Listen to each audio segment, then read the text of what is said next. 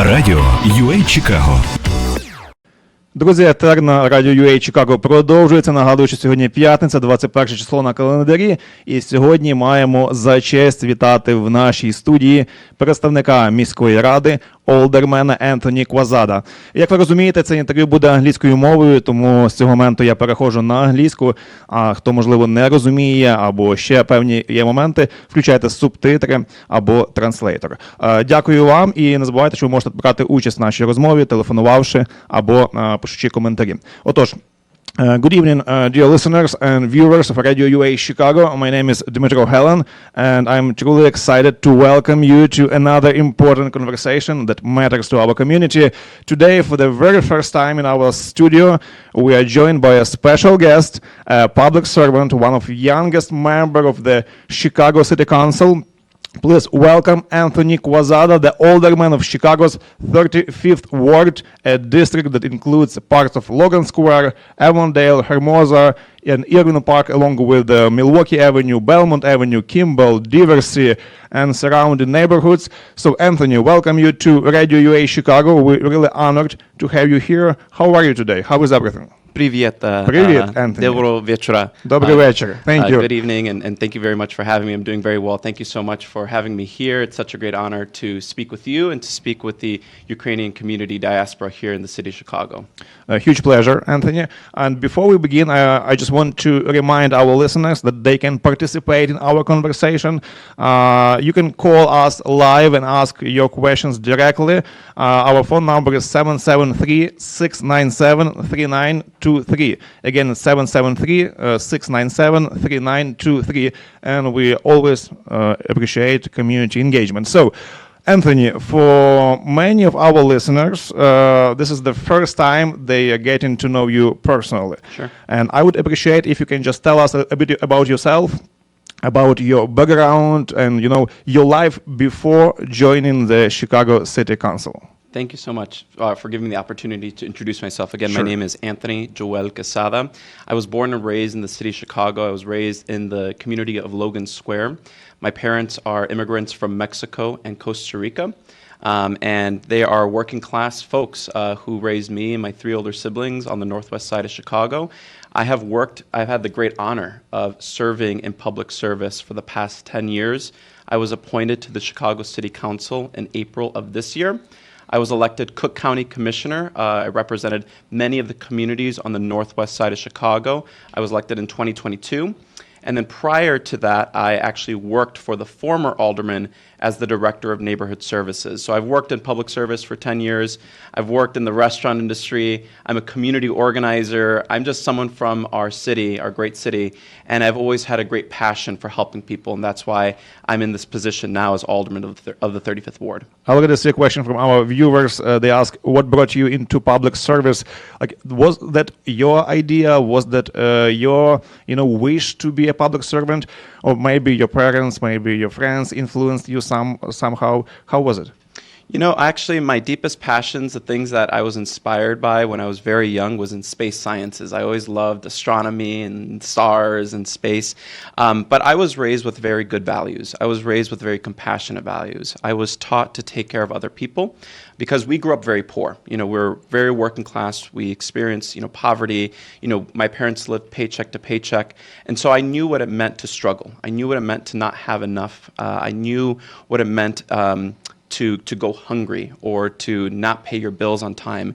And I started to quickly realize at a very young age that wasn't just the experience of my family, it was the experience of many families, of my neighbors, of my community. And by the compassionate values that my parents taught me, I really cared for other people and I wanted to figure out how to help them. And I knew that government was an opportunity, a pathway to help other people who needed help.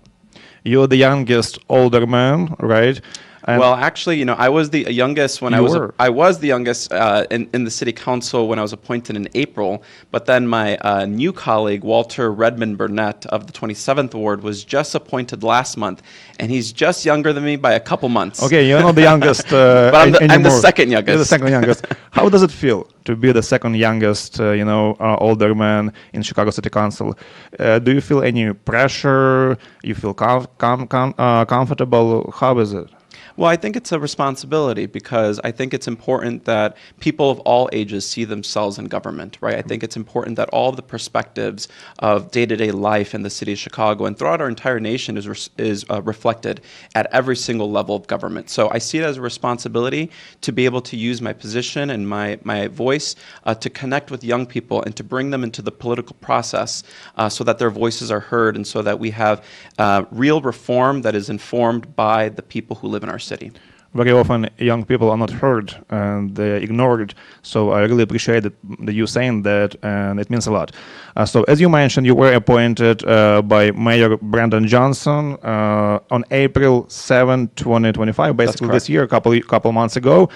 And how do you evaluate your time in office so far? So it's been like 6-7 months. 7 months. Yeah. How do you evaluate it? In the city council, we have 50 aldermen in total. Sorry, we have a phone call. Please, yes. Yes, it's Radio UA Chicago. Tell us what's your name and your question. Hi there, my name is Alex. I'm just calling you regarding my question. So, as far as I know, you're one of the youngest members of the Chicago City Council. I have a question. What are the biggest challenges you face as a young leader in local government? Do you feel this brings more pressure or more opportunity to you? Alex, thank you. We just spoke about this, but thank you for the question. So please, Alderman. Thank you, Alex. I'll elaborate a little bit more on my answer. Again, a lot of young people don't see themselves in government, and I think that a lot of people feel disillusioned by the state of government in these days.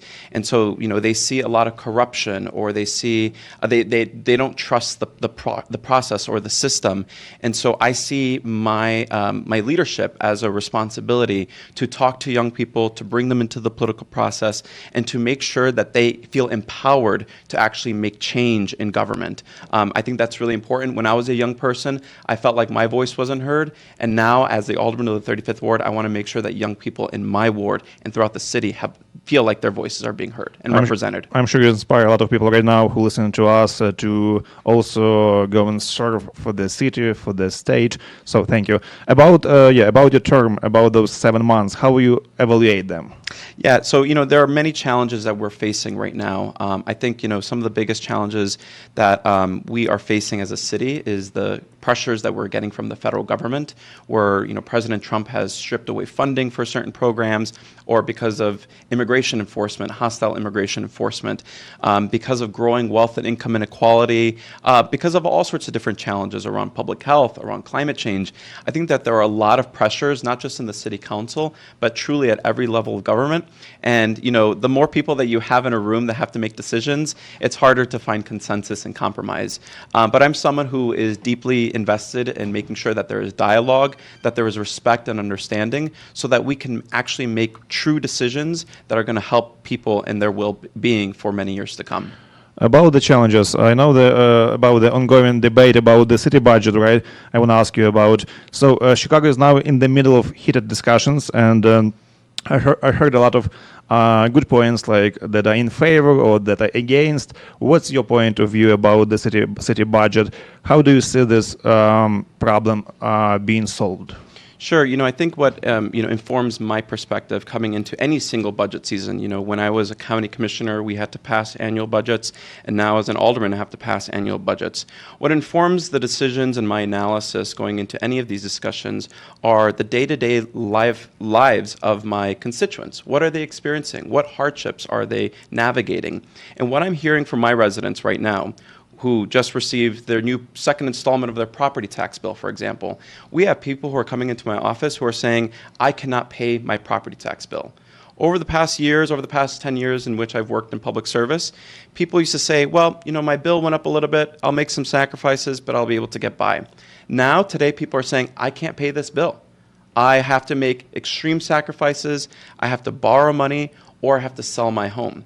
There are people who are saying that they can't buy enough groceries because of the cost of groceries. So the cost of living has gone up, and we cannot afford to balance a budget on the backs of poor and working class people. In addition to that, we're living at a time of immense wealth and income inequality. Some of the wealthiest corporations in the city of Chicago and in our nation are making record profits, but their share of tax burden has decreased. And so I'm really invested in how do we shift the burden away from families that have always brunted that burden, and making sure that people who have a lot of money, like the wealthiest corporations or millionaires, begin to pay their fair share of taxes. I think that's only fair. I see another question on YouTube. People asking, well, they're saying thank you for coming to Radio UA Chicago. And the question is, under what conditions would you support the budget? I want to make sure that we are not balancing the budget on people who cannot afford it. And that's just quite frankly what it is. I don't think that people should have to pay more in fees and fines or pay more in grocery taxes. And also importantly, part of the discussion that I've heard is that we should make cuts to our city services or our programs. And I also think that's really harmful. We shouldn't be laying off workers who are providing such a great service to our city, like our garbage men, the people who fill the potholes, the people who cut our trees. There are very limited options that we have. I mean, yes, there are efficiencies. I want to make sure that we are being fiscally responsible, that we are investing in technologies that help us save money over time. But I also want to make sure that we're not cutting our services or laying off our workers, while at the same time ensuring that the wealthiest individuals and corporations pay a little bit more so that we can have the services that make our city healthier and happier and safer. What's your prediction when the budget will be accepted? This is my first budget season here in the city of Chicago. The county just passed theirs. I'm very envious because when I was at the county, we had very good budgets. But the city, I think, is going to need a couple more weeks, clearly. I think some people were very ambitious. They were hoping to get it done before Thanksgiving. But, we have until the end of the year, and I hope we can get it done in the next after 3 weeks. Thanksgiving, there's Christmas, and, usually it's like a slow time. Yeah, no, the timer is set. I think we're going to get there somewhere between the beginning and middle of December. Okay, let's speak about your ward. You represent the 35th ward, and I know a lot of Ukrainian people live there. And I just will remind that this area includes Milwaukee Avenue, Long Square, Belmont, Diversey, Kimball, Armitage, and all other neighborhoods. What are your initiatives to improve life in this area? Yeah, so as you mentioned, the 4 neighborhoods, Irving Park, Avondale, Logan Square, and Hermosa. Aldermen have, every single alderman has $1.5 million for infrastructure improvement funds every year in their district. In the 35th ward, we have a program called participatory budgeting, which means that residents in our ward get to submit infrastructure improvement ideas throughout our ward. But then after we collect all the ideas, we have a ballot. So people get to vote on how they want to spend the $1.5 million. So right now we're actually collecting collecting votes from residents in the ward. People's ages 14 and older, regardless of their immigration status, can come to our office. We are located at 2934 North Milwaukee Avenue, Unit C, and they can fill out a ballot to say that they want to spend money on street resurfacing or alley resurfacing or pedestrian safety or bike infrastructure or beautification. People can suggest the projects, right? And yes. You pay attention to that. So over the summer, the residents submitted over 180 ideas, and then now they get to vote on the ballot. So we have 5 subject areas, and they get to choose the top 3 that they want. And then after we collect all the votes, then that's how we're going to spend our money next year. All right. Is there any possibility to have another phone call? Sorry.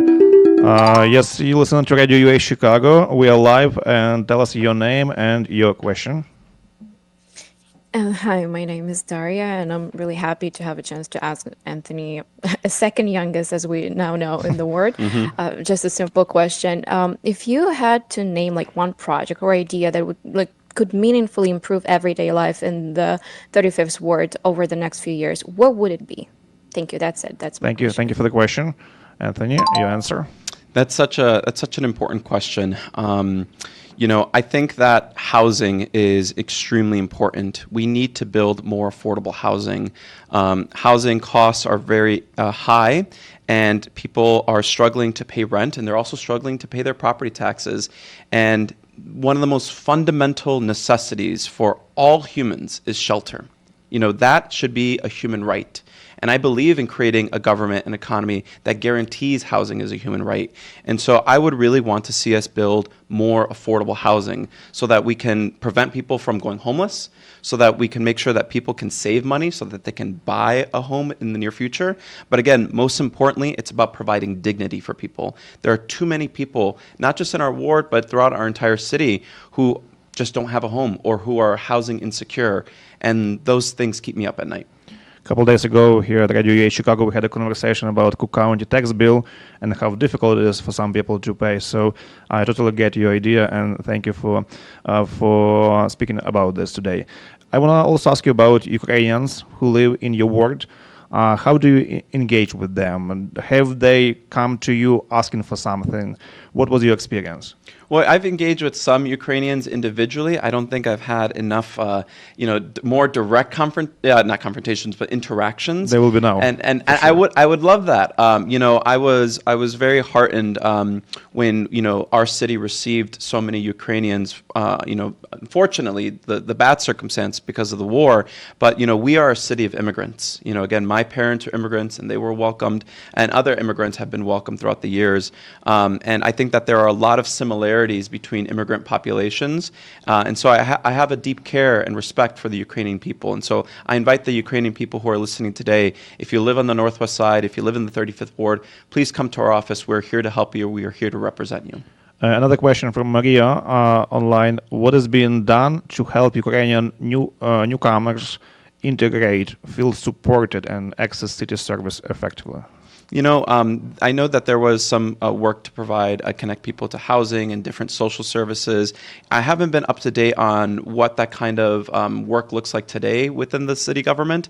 But I think a really important thing is accessibility, making sure that when people call 311 or when they go online or when they call an aldermanic office, that there is language accessibility. We have a language service line in our office, so if someone comes in and they are monolingual, non-English speakers, we can provide them to a translator so that we can help them access their needs. And there's also all sorts of technology, right? There's Google Translate. There's all sorts of things to help people. ChatGPT, right, precisely. And so we use all the tools at our disposal to help people out. Can you just remind what days your office is open, how people can reach out to you or to someone who works with you just to get, an advice? Yes. So our office address is 2934 North Milwaukee Avenue, Unit C. We're basically on the corner of Milwaukee Avenue and Central Park. We're open Monday through Friday, 9 a.m. to 5 p.m. You can call us 773-985-3510. You can also email us at ward35, that's the number 35, at cityofchicago.org. And then you can also sign up for our weekly email newsletter at www.ward35.org. And I also just want to mention, every aldermanic office provides services like city services, right? The 311 services, the pothole repair, making sure your street or alley light is on, making sure you get a tree planted or a tree trimmed. We help out that, but we also help out with other things. There are people who come into our office who are survivors of domestic violence. There are people who come into our office who need help finding a job, or there are people who need help getting food. We are a social service community-based office. And so we want to make sure that if you have a need, we're there to help you. And if someone wants to meet you personally, it's possible, right? Absolutely. Yeah, you can call our office. You can email us. We have bi-weekly ward nights. So I spend time in my office some Monday nights out of the month to speak with residents directly. Mm-hmm. But I have also a very professional staff. So anybody can speak to me if they wish to, or they can come to my office and they can talk to my very professional staff. Before we end, I want to speak really briefly about the political polarization we have in the United States. This country is really experiencing significant political tension right now. And from your perspective, how can Americans find common ground again? How can we be united? How can we understand each other again? We need to talk to each other. We need to spend time to build community. How? I think in our communities, we need to, I think there are a lot of ways in which we can engage. First, you have to talk to your neighbor. It's as simple as that. I mean, if you want to change the world, you got to talk to your neighbor. Is something that I learned earlier this year. We need to talk to each other. We need to have more patience. I think that some of the things that have contributed to the breaking down of dialogue in our society is media. I think that things are just way too concentrated on one end or the other, or it's really easy to fall into a silo when you're just looking at your phone. You don't get to know somebody truly just by, talking to them on Facebook or on Instagram. I think it's really important that we get back to basics as humans, and that means talking to each other, listening, having respect, and also having solidarity. I think it's important to know that when someone is struggling, we should be out there helping people. And so I think we just need to create a culture of helping people and caring for one another. And that takes time, but I think it's possible. And I think that is the future of our nation. We always love to end our interviews with a personal message. So could you please address our listeners and viewers something that you feel is important right now? What's your message to our Ukrainian diaspora here? Well, thank you again for having the time to have me here. I think the message that I just ended with just a short moment ago, we have to look out for one another. I think in this time of heightened political tensions, in this time of hostile immigration, enforcement from the federal government, a lot of people are scared and a lot of people are struggling. Life is getting expensive. It's hard to know where to get your next meal. It's hard living paycheck to paycheck. It seems like the American dream is slipping away. But the only way that things are going to get better is if we come together as a community, as a shared community, and we put our values forward and we say we want to make sure that no one is homeless. We want to make sure that everyone has a good job. We want to make sure that people have good food and they have good schools. And that's going to, the only way we can get to that future is if we come together and make sure that our voices and our values are represented in the halls of power. Not enough politicians are hearing from day-to-day people, and I think it's about time that they start to. A lot of people writing right now. Thank you for coming. Thank you for what you're doing. And I agree, Anthony. Thank you for coming to our radio. Thank you for your openness, for answering all the questions we had during this interview. It's not all. We have a lot more, but hopefully it's not the last time you're here. We're always happy to see the people who serve the city, and we would like to have another meeting whenever you have a free time. Thank you. Happy to come back anytime. Thank you very much. So we had Alderman Anthony Quezada today in our live show. Thank you everyone who been with us for this couple of minutes. And once again, appreciate your time and thank you for what you're doing. Thank you. Thank you. Подобається контент? Тоді підписуйся, підтримай вподобайкою та поділись думками в коментарях.